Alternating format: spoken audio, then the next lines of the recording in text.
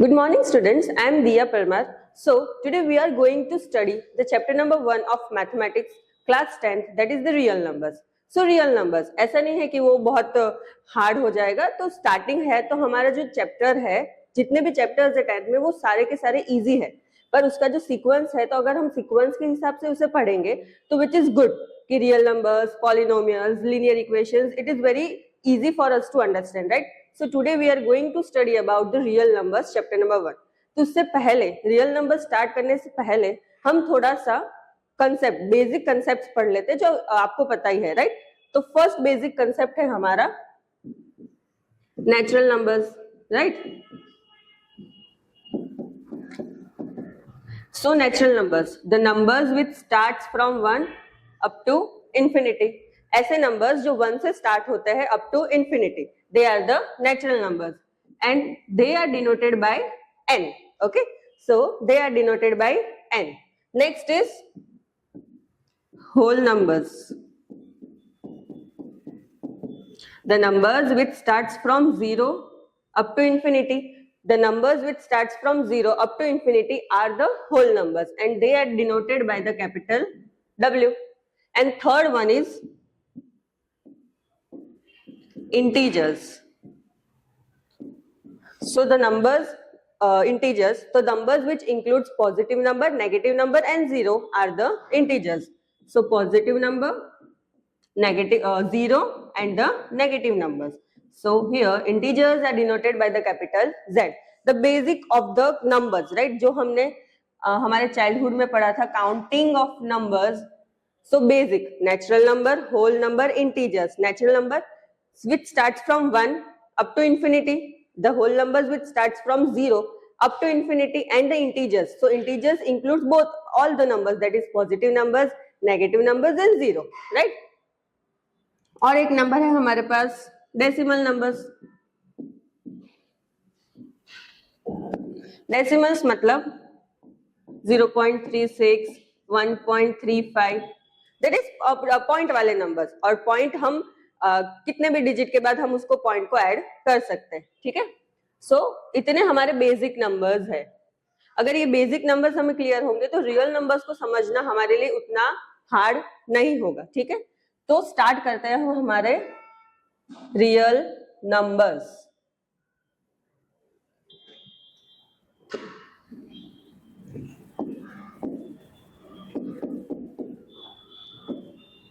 बहुत इजी है ये, तो इसको सिर्फ समझ, इसका जो अगर कंसेप्ट क्लियर होगा ना तो इसके जो क्वेश्चंस है वो बहुत इजी हो जाएंगे.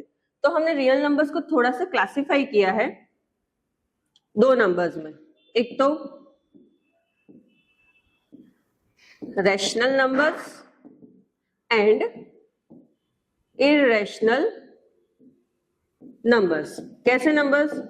Rational numbers and irrational numbers. Okay, so rational numbers,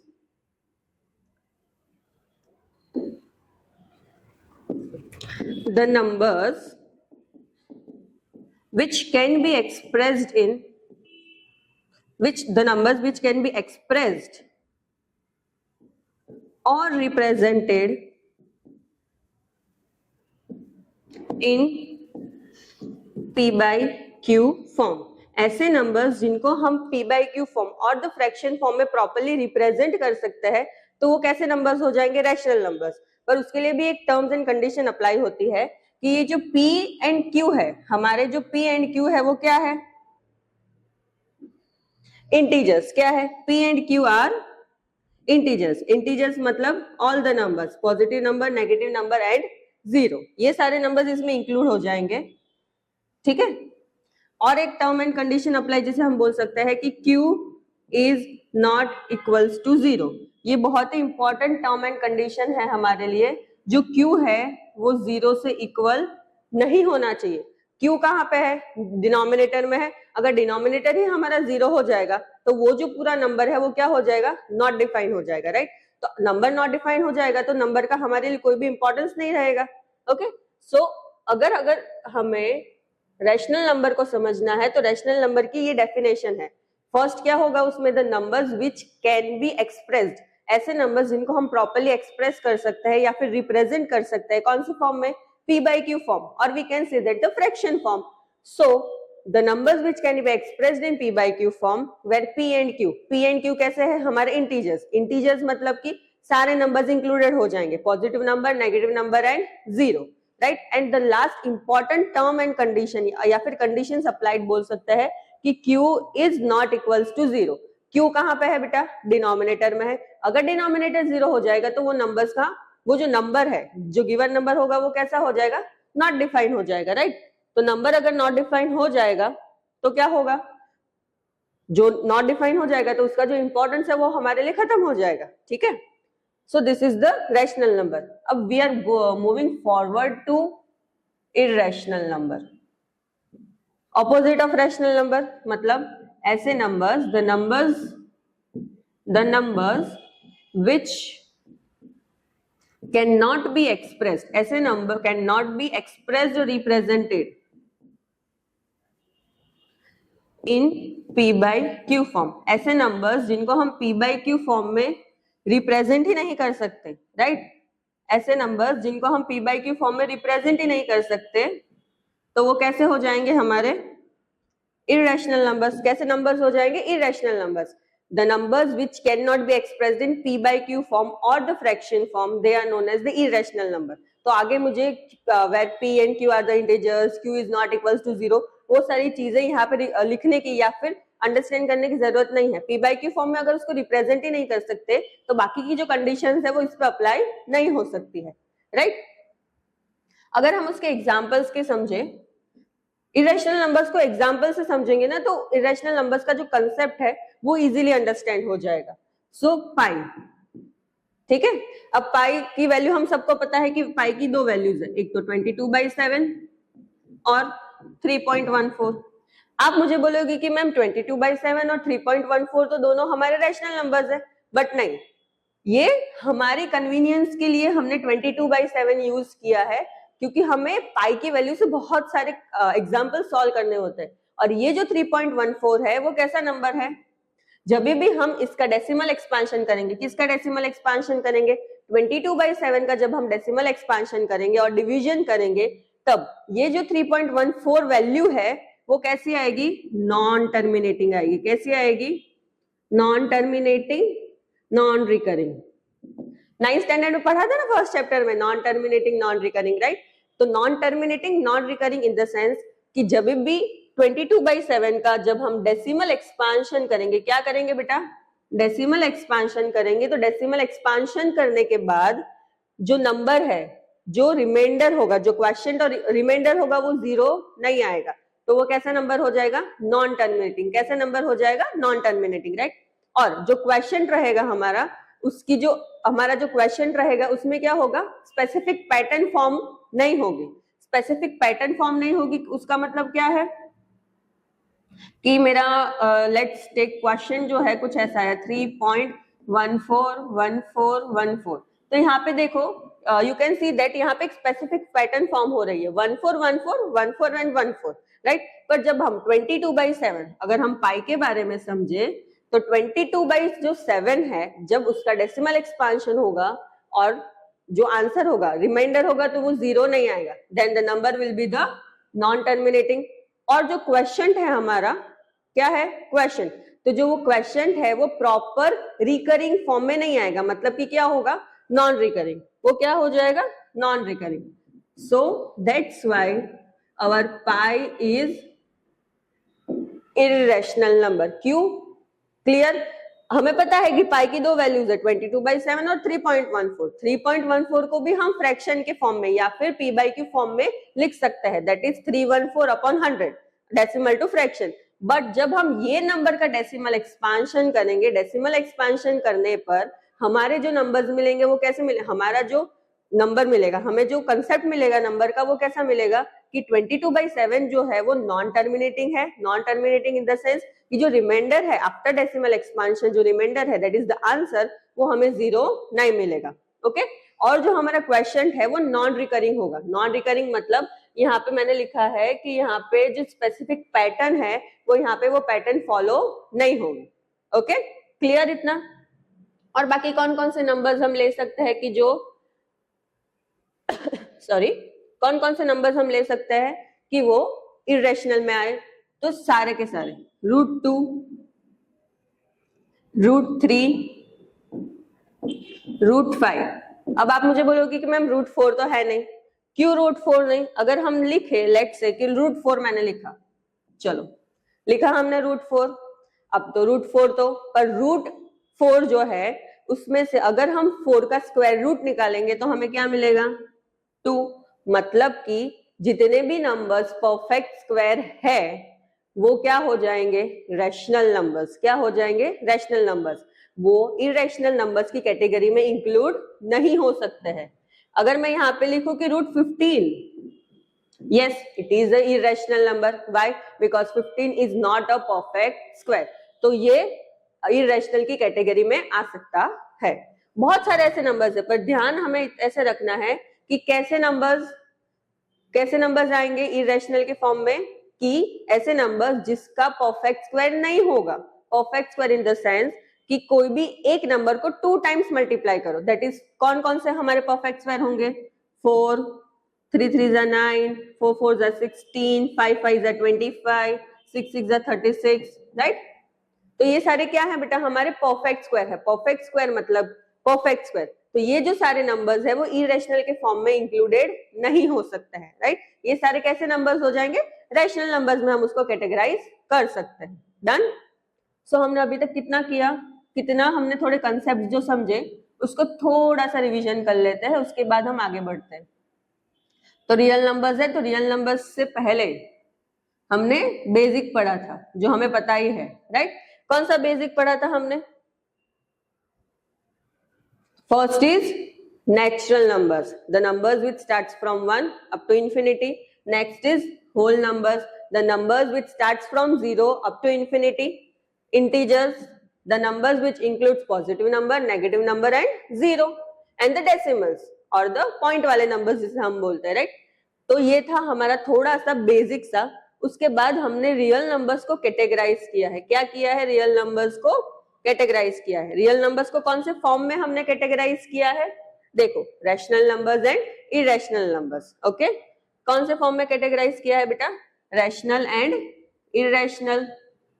So first is rational numbers, the numbers which can be expressed in p by q form. ऐसे numbers जिनको हम p by q form में represent कर सकते हैं, where p and q are integers. p और q कैसे हैं हमारे? integers. integers मतलब positive number, negative number and 0. where q is not equals to 0. जो q है वो 0 से equal नहीं हो सकता, right? और अगर उसके examples लिखने हैं तो examples हम लिख लेते हैं। चलो, कैसे होंगे उसके एग्जाम्पल्स? 36 ये एक रैशनल नंबर हो सकता है, पर आप मुझे बोलोगे कि मैम आपने तो बोला कि p by q फॉर्म में होना चाहिए रैशनल नंबर, तो 36 कैसे रैशनल नंबर हो सकता है, राइट? पर 36 को हम 36/1 तो लिख सकते हैं ना। इमेजिनरी 1 है हमारा, कहीं पे भी कुछ ना हो तो वी हैव टू कंसीडर कि 1 होगा, राइट? तो इमेजिनरी है, तो 36/1, so we can write 36 as p by q form और we can write 36 in the p by q form, right? मैं अगर लिखूं 0.35, आप बोलोगे कि मैम ये तो डेसिमल है। क्यों? 0.35 को हम फ्रैक्शन फॉर्म में भी तो लिख सकते हैं, राइट? तो 0.35 मतलब 35/100। Yes, it is a p by q form. और नॉर्मल नंबर्स हमारे 2/3, 3, ये सारे क्या है? हमारे रैशनल नंबर्स। ओके, वापिस आ जाते हैं हम हमारे फेवरेट टॉपिक पे, इरेशनल पे। कौन सा टॉपिक है? Irrational. That is the classification of real numbers. Okay, ऐसे नंबर्स जिनको हम प्रॉपर्ली रिप्रेजेंट नहीं कर सकते। कौन से फॉर्म में रिप्रेजेंट नहीं कर सकते? p by q फॉर्म में रिप्रेजेंट नहीं कर सकते, तो वो कैसे नंबर्स हो जाएंगे? हमारे इरेशनल नंबर्स। कैसे नंबर्स हो जाएंगे? Irrational numbers. ओके, तो इरेशनल नंबर्स का हमने क्लासिफिकेशन किया, मतलब उसके एग्जाम्पल समझे। तो इरेशनल नंबर में सबसे पहला एग्जाम्पल हमने अंडरस्टैंड किया, समझा कि पाई। अब पाई की वैल्यू 2 है हमारे पास, 22/7 एंड 3.14। ओके, और जो 22/7 है, आप मुझे बोलोगे कि ma'am 22/7 it is a p by q form. No, but जब हम 22/7 का डेसिमल एक्सपांशन करेंगे, आफ्टर दैट एक्सपांशन हमारा जो आंसर है दैट इज द रिमाइंडर है वो नॉन टर्मिनेटिंग होगा। Non terminating in the sense कि जो r की वैल्यू है remainder will not be equals to 0 and question will be the non recurring, यहाँ पे कोई स्पेसिफिक पैटर्न फॉर्म नहीं होगी. So pi is irrational numbers. बाकी सारे हमने इरेशनल नंबर के एग्जांपल समझे थे. कौन कौन से नंबर्स, कौन कौन से एग्जांपल्स थे? √3, √5, √15, √5, √8, ये सारे क्या है? इरेशनल नंबर्स है. Why irrational numbers? अब कौन कौन से नंबर्स इरेशनल की कैटेगरी में नहीं आ सकते? तो जो परफेक्ट स्क्वायर होंगे. कैसे नंबर्स? जो परफेक्ट स्क्वायर होंगे वो इरेशनल नंबर्स की कैटेगरी में इंक्लूड नहीं हो सकते. बाकी सारे जो नंबर्स है, either it is a composite number और प्राइम नंबर, वो सारे इसमें कैटेगराइज हो सकते हैं. क्लियर बेटा इतना? So moving forward, now we are moving forward to prime numbers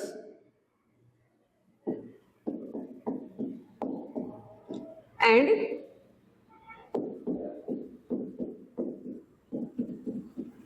composite numbers. Okay, the easiest or the basic part, as we all know, prime numbers and composite numbers. तो prime numbers में कैसे numbers आ जाएंगे? Prime numbers में कैसे numbers आ जाएंगे? The numbers which has factor 1 and the number itself. ऐसे numbers जिसके दो ही फैक्टर्स होंगे, एक तो 1 एंड नंबर इटसेल्फ.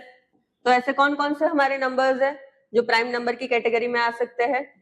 कौन कौन से नंबर्स है जो प्राइम नंबर की कैटेगरी में आ सकते हैं? दैट इज 2, 3, 5, 7, 11, 13, 17, ये सब किस कौन से कैटेगरी में आ सकते हैं? प्राइम नंबर की कैटेगरी में आ सकते हैं. Prime number, the numbers which has the factor 1, that is the number 1, and the number itself, they are known as the prime numbers. कौन कौन से है? 2, 3, 5, 7, 11. अब 2 जो है वो हमारा कैसा नंबर है? इकलौता, that is even prime number. Okay, अब अगर हम कंपोजिट नंबर्स समझे, the numbers which has factor other than 1 and the number itself. मतलब ऐसे नंबर्स जो 1, ऐसे नंबर्स जिसके फैक्टर्स 1 और एंड द नंबर इटसेल्फ के अलावा के कोई भी फैक्टर्स होंगे, वो कैसे नंबर्स हो जाएंगे? Composite numbers. कैसे नंबर्स हो जाएंगे? Composite numbers. Composite in the sense, let's take an example. Okay, तो कौन से नंबर्स? 20. अब 20 के जब मैं फैक्टर्स लिखूंगी तो 20 के फैक्टर्स क्या है? 2 इंटू 2 इंटू 5. ये क्या है बेटा? हमारे 20 के फैक्टर्स है. तो ये कैसे फैक्टर्स है? Other than 1 and the number itself के अलावा उसके कुछ फैक्टर्स है, they are considered as the composite numbers. ठीक है, तो हम कंपोजिट नंबर और प्राइम नंबर को एक ऐसे वे से याद कर सकते हैं कि ऐसे नंबर्स जो हमारे टेबल्स में आ सकते हैं, राइट? तो they are the composite numbers. And the prime numbers जो टेबल में नहीं आ सकते. अब 2 किसी के टेबल में आ सकता है? नहीं. 2 के फैक्टर्स क्या होंगे? The 2 and the number 1 and the number itself, that is 2 1s are 2. Same for 11 के लिए ले ले तो 11 into 1 and the number itself, right? तो इतना. अगर हम कंपोजिट नंबर के बारे में समझे तो वो बहुत सारे नंबर्स के टेबल में आ सकता है. 2, यहाँ पे हमने एग्जांपल लिया है 20, तो वो 2 के टेबल में आ सकता है, 5 के टेबल में आ सकता है, 4 के टेबल में आ सकता है, right? So this is the concept of prime number and the composite number. One concept is also there, that is the co-prime.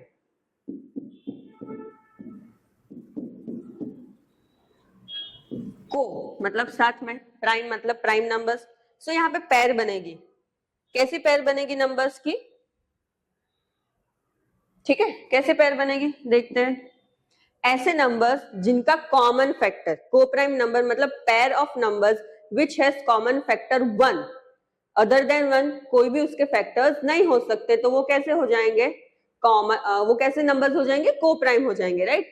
सो चलो एग्जांपल लेते हैं. 2 and 23.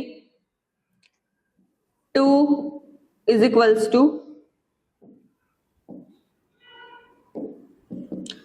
2 into 1. 23 is equals to 23 into 1। So अगर इसमें हम देखें तो हमारा जो कॉमन फैक्टर है वो क्या है इन दोनों में, सिर्फ और सिर्फ 1। तो 2 and 23 आर को प्राइम। ओके, 2 and 23 आर को प्राइम। एक और एग्जांपल हम ले सकते हैं,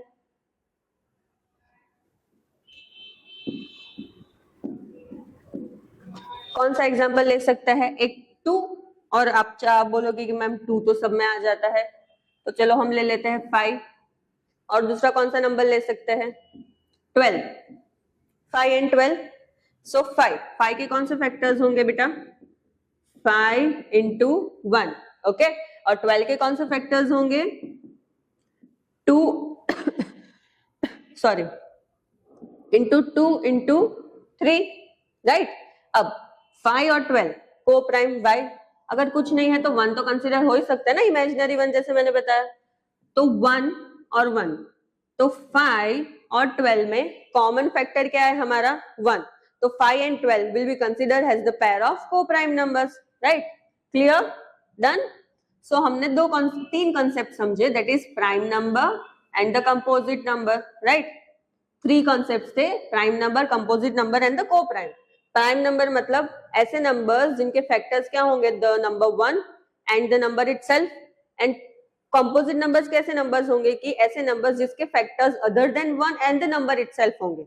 सिंपल लैंग्वेज में समझे तो ऐसे नंबर्स जो टेबल में आता है दे आर द कंपोजिट, और जो टेबल में नहीं आते they are the prime numbers, right. अब को प्राइम, को प्राइम में ऐसे नंबर्स आएंगे जिनका कॉमन फैक्टर 1 के अलावा कोई नहीं होगा, that is the pair which has common factor 1. Okay, so they are the co-prime. Clear? Okay, so moving forward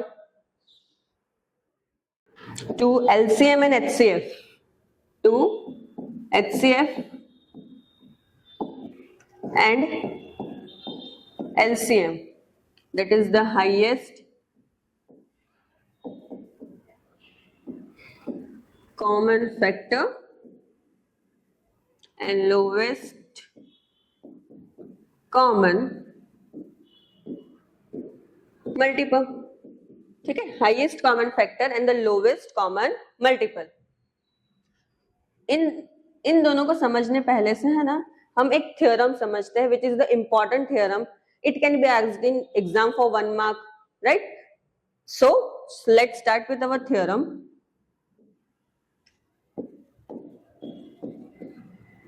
theorem 1.1। अभी हमने कंसेप्ट समझा ना प्राइम नंबर और कंपोजिट नंबर का, वही कंसेप्ट है पर थोड़ा सा उसको प्रॉपर वे में चैनलाइज किया है, राइट। तो every composite number can be expressed, हर एक कंपोजिट नंबर को can be expressed, every composite number can be expressed और represented in the form of product of its primes। Product of its primes मतलब कि हर एक composite number को हम कैसे रिप्रेजेंट कर सकते हैं, प्राइम नंबर के प्रोडक्ट के फॉर्म में रिप्रेजेंट कर सकते हैं। And the sequence of prime number doesn't matter here। मतलब कि क्या, तो चलो एग्जाम्पल से समझते हैं, और थोड़ा इजी हो जाएगा। Example, composite number. स्टार्टिंग में मैंने क्या बोला, every composite number can be expressed in the form of, कौन से फॉर्म में एक्सप्रेस कर सकते हैं, प्रोडक्ट ऑफ इट्स प्राइम। ठीक है, तो I am taking the number 40। तो 40 के फैक्टर्स निकालेंगे। 40 के फैक्टर्स क्या होंगे, 8 5 is 40, पर 8 is a composite number, 5 is a prime number. तो 8 को हमें कौन से फॉर्म में लिखना पड़ेगा, प्रोडक्ट ऑफ इट्स प्राइम, मतलब 2 into 2 into 2 into 5। तो 2 2 4, 4 2 8, 8 5 40। सो 40 है, ये कैसा है हमारा, it is a composite number, और ये क्या है उसका प्रोडक्ट ऑफ इट्स प्राइम। ठीक है, ये क्या है उसका product of its prime. So every composite number can be expressed in the form of product of its prime. लिखा है यहाँ पे, ये रहा देखो. Every composite number can be expressed or represented in the form of product of its prime and the sequence of prime. मतलब हमारे जो प्राइम नंबर है उसका सीक्वेंस, चलो प्राइम नंबर का सीक्वेंस भी इधर लिख लेते हैं. क्या है प्राइम नंबर का सीक्वेंस? 2, 3, 5, 7, 11, 13, 17, 19 अब तो इन्फिनिटी, जितने भी हमारे पास प्राइम नंबर्स है. सो अब ये जो सीक्वेंस है, सीक्वेंस किस फॉर्म में है? हमारा असेंडिंग फॉर्म में सीक्वेंस है, that is small to big. तो जब भी हम कंपोजिट नंबर को रिप्रेजेंट करेंगे in the form of product of its prime, तो उसका जो सीक्वेंस है, किसका सीक्वेंस बेटा? प्राइम नंबर का सीक्वेंस हम यहाँ पे मैटर नहीं करेंगे इन द सेंस कि उसका जो सीक्वेंस है वो हम यहाँ पे फॉलो नहीं करेंगे. अगर सीक्वेंस ऊपर नीचे भी हो जाएगा तो हमें कोई प्रॉब्लम नहीं होगा, हमारे जो फैक्टर्स है वो सेम रहेंगे और उसका जो आंसर है वो भी हमारा सेम रहेगा, राइट. अगर ये 40 जो है, 40 के फैक्टर्स पहले क्या थे? 2 इंटू 2 इंटू 2 इंटू 5. तो मैं इसके फैक्टर्स को ऐसा भी लिख सकती हूँ कि 5 into 2 into 2 into 2, sequence change हो गया. और उसको ऐसा भी लिख सकती हूँ कि 2 इंटू 5 इंटू 2 इंटू 2. मतलब जो सीक्वेंस है वो चेंज हो सकता है. अगर सीक्वेंस चेंज होगा और हमारा आंसर चेंज हो जाएगा, ऐसा यहाँ पे नहीं हो सकता है, ठीक है. So this is the fundamental theorem of arithmetic.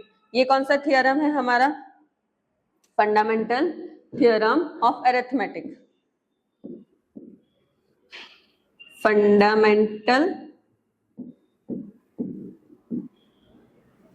Theorem of arithmetic, ठीक है. That is the theorem 1.1 of our chapter real numbers. Okay. So अब अगर हमने ये फंडामेंटल थियरम ऑफ अरिथमेटिक का कंसेप्ट हमको समझ में आ गया, तो एलसीएम और HCF is the easiest part of this. LCM और एचसीएफ उसका क्या है? सबसे इजीएस्ट पार्ट रहेगा, ठीक है. अगर आप भूल भी गए हो, लेट्स से कि चलो हमारे दिमाग से बाहर निकल गया है, हमारी मेमोरी से निकल गया है एचसीएफ और एलसीएम, तो ये याद होगा. तो HCF and LCM will be the easiest part for you, क्योंकि ये जो चैप्टर है उसमें से 2 मार्क 3 मार्क एंड 1 मार्क के क्वेश्चन ज्यादा आपको पूछे जा सकते हैं बोर्ड एग्जाम्स के लिए, राइट. तो जो 3 मार्क के क्वेश्चंस है वो हम नेक्स्ट सेशन में समझेंगे. That is the irrational number, right. जो इरेशनल नंबर है, हमें पता है कि इरेशनल है तो उसको हमें प्रूव करना, हमें पता है कि ये नंबर इरेशनल है, बट यहाँ पे हमें उस चीज को डिफरेंट मेथड से उसको प्रूव करना है कि yes this number, the given number is the irrational number, right. तो वो कैसे करेंगे वो हम आगे समझेंगे. पहले हम थोड़ा सा हमारा जो रिमेनिंग टॉपिक है एलसीएम और एचसीएफ उसको कंप्लीट कर लेते हैं. सो फंडामेंटल थियरम ऑफ अरिथमेटिक याद है तो एलसीएम और एचसीएफ कभी भी भूल नहीं सकते. कंसेप्ट क्लियर होगा. हमेशा याद रखना कि मैथ्स में जितने भी टॉपिक्स है, जितने भी चैप्टर्स है, उसके अगर हम कंसेप्ट क्लियर करेंगे तो कहीं से भी हमें क्वेश्चंस आ जाए, हम वो क्वेश्चन को easily without any hesitation solve कर सकते हैं, ठीक है. First is HCF, highest common factor. तो highest common factor example 36 and 40, ये दो हमें एग्जाम्पल्स है. हम 3 नंबर्स का 4 नंबर्स का भी कॉमन फैक्टर्स निकाल सकते हैं, पर इजी है कि 2 नंबर्स का भी ले ले. 36 एंड 40. 36 तो क्या होगा? 2 into 18 will be 36. 2 9 जा 3 3 जा 3 1. 40 2 20 जा 2 10 जा 2 5 जा 5 1. Common factors 36 is equals to कौन कौन सा है? 36 के फैक्टर्स हमारे 2 into 2 into 3 into 3. और 40 के फैक्टर्स क्या है हमारे? 2 into 2 into 2 into 5. ये क्या है हमारे फैक्टर्स. अब HCF मतलब कि हाईएस्ट कॉमन फैक्टर. ये दोनों जो नंबर्स हमें गिवन है 36 एंड 40, उसमें से कॉमन फैक्टर्स, उसके कॉमन फैक्टर्स क्या हो सकता है? तो कॉमन फैक्टर्स मतलब जो दोनों में इंक्लूडेड हो। अब इन दोनों के अलावा और कोई नंबर इंक्लूडेड है? नहीं है। 3 36 का फैक्टर है पर 3 40 का फैक्टर नहीं है, तो कॉमन और HCF क्या हो जाएगा? 2 into 2 which is equals to 4। तो 36 और 40 का कॉमन फैक्टर क्या हो जाएगा? 4। Okay, clear? इजी है बेटा। उसके सिर्फ हमें सम्स ज्यादा करने हैं। प्रैक्टिस बोलता है ना कि प्रैक्टिस मेक्स मैन परफेक्ट। ऐसा नहीं है कि वुमेन परफेक्ट नहीं हो सकते, प्रैक्टिस मैन को परफेक्ट होने की बहुत ज्यादा जरूरत होती है, वुमेन तो परफेक्ट ही होते हैं, राइट? जोकिंग, बट प्रैक्टिस करनी बहुत जरूरी है कोई भी क्वेश्चंस के लिए, स्पेशली मैथ्स के लिए, राइट? प्रैक्टिस जितनी ज्यादा करेंगे, क्वेश्चन प्रैक्टिस जितनी ज्यादा करेंगे, तो क्वेश्चन का टाइमिंग जो हमें लगता है ना सॉल्व करने के लिए, वो थोड़ा सा कम हो जाएगा। थोड़ा क्या, ज्यादा क्वेश्चन की प्रैक्टिस, टाइम कंज्यूम हमारा कम हो जाएगा। 3 आवर्स के पेपर हम 2.5 आवर्स में इजीली कंप्लीट कर सकते हैं with proper paper presentation. Okay, so let's back to the LCM। Lowest common multiple. Okay, lowest common multiple simple. 36 और 40 ले लेते हैं।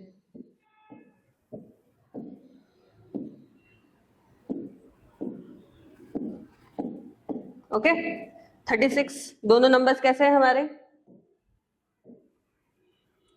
तो 2 18 जा 2 20, 2 9 जा 2 10 जा 2 5 जा 9 will remain as it is, 5 1 जा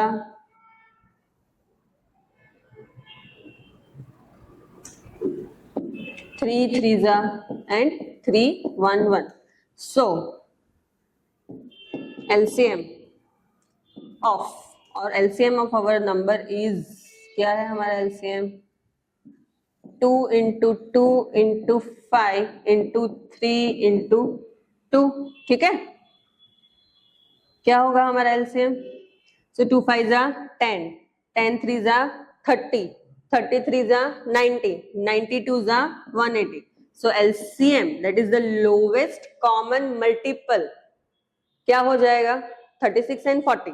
लोवेस्ट कॉमन मल्टीपल मतलब 36 और 40 के टेबल में 180 आ सकता है। और अगर हम HCF को समझे, that is highest common factor, sorry, so 4 is a factor of 36 and 40। Clear बेटा इतना, राइट? सो ये क्या था हमारा basics of our chapter real number और the concept before the exercise 1.1। तो फिर से थोड़ा सा रिवीजन जरूरी है ना, अगर हम बार बार उस चीज का रिवीजन नहीं करेंगे। मैं रिवीजन इसलिए करवा रही हूँ क्योंकि ये जो इजी और ये जो बेसिक कंसेप्ट है वो हमारे क्लास में ही फिनिश हो जाए, तो आगे के कंसेप्ट को अंडरस्टैंड करने के लिए आपको टाइम कम लगे, राइट?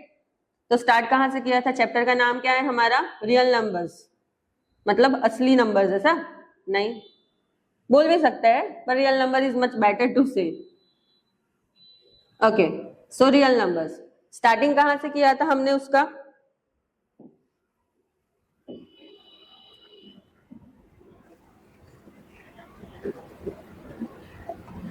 स्टार्टिंग कहां से किया था हमने? Natural numbers, the numbers which starts from 1 up to infinity, whole numbers, the numbers which starts from 0 up to infinity, and integers, positive number, negative number and zero.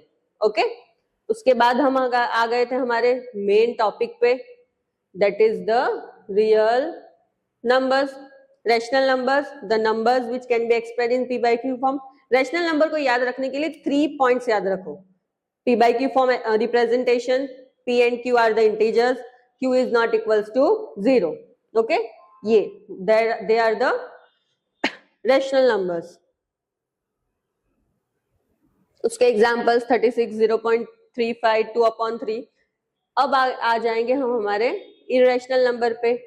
Right, P by Q form में express नहीं कर सकते, they are the irrational numbers. उसका example, main example है हमारा पाई 22/7 और 3.14। उसका हमने रीजन समझा क्यों 22/7 और 3.14 हमारा इरेशनल में हमने कैटेगराइज किया, और बाकी सारे नंबर्स जो परफेक्ट स्क्वायर नहीं है वो भी हमारे इरेशनल नंबर्स की कैटेगरी में इंक्लूड हो सकते हैं। उसके बाद न्यू कॉन्सेप्ट समझा था हमने, prime numbers and composite numbers. Prime numbers मतलब ऐसे नंबर्स जिनके factors 1 and the number itself होगा, and composite numbers other than the 1 and the number itself. Simple, ये टेबल्स में नहीं आते हैं, ये टेबल्स में आते हैं, राइट। उसके बाद एक और कंसेप्ट था हमारा कोप्राइम वाला। कोप्राइम नंबर्स मतलब ऐसे नंबर्स जिनका कॉमन फैक्टर 1 ही आना चाहिए, उसके अलावा कोई भी नहीं आना चाहिए, राइट। उसके बाद HCF LCM। HCF and LCM के पहले the most important theorem or the first most important theorem is the fundamental theorem of arithmetic। क्या है fundamental theorem of arithmetic? कि हर एक कंपोजिट नंबर को हम एक्सप्रेस कर सकते हैं, कौन से फॉर्म में एक्सप्रेस कर सकते हैं? प्रोडक्ट ऑफ इट्स प्राइम, मतलब जो भी प्राइम नंबर है उसके प्रोडक्ट के फॉर्म में उसको एक्सप्रेस कर सकते हैं, और उसका जो सीक्वेंस है वो यहाँ पे मैटर नहीं करता। कौन सा सीक्वेंस मैटर नहीं करता? प्राइम नंबर का सीक्वेंस यहाँ पे मैटर नहीं करता है। So this is the fundamental theorem of arithmetic. उसके बाद हमने समझा था HCF, that is the highest common factor, right. तो एक एग्जांपल लिया था 36 और 40। सो हम क्या कह सकते हैं कि ये जो 4 है वो 36 और 40 का क्या है? फैक्टर है। And last is the LCM, lowest common multiple, that is 36 and 40। तो उसका लोवेस्ट कॉमन मल्टीपल हमने फाइंड किया था, दैट इज 180 डिग्री। क्या फाइंड किया था हमने? 180 डिग्री। हाँ, एक और इंपॉर्टेंट चीज कि HCF एंड द LCM हमने जो फाइंड किया वो हमने एक मेथड से फाइंड किया था। कौन सी मेथड से फाइंड किया था? As you all know, that is prime factorization. कौन सी मेथड थी बेटा? Prime factorization, right.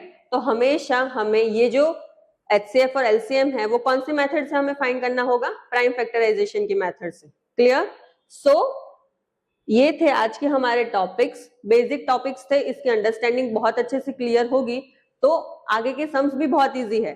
तो ये जो लेक्चर था, ये जो हमारा कंटेंट था वो हमने बेसिक्स का लिया था, बिकॉज इसके बाद का जो सेशन होगा, क्लास होगा, उसमें हम इरेशनल के बारे में समझेंगे। इरेशनल नंबर का कंसेप्ट अभी हमें समझा है, उसको थोड़ा सा और डीपली समझेंगे, and how to prove the irrational number is a irrational number. So एक कॉन्ट्राडिक्टरी मेथड है, डिफरेंट मेथड से उसको हम समझेंगे। Okay, so thank you, bye.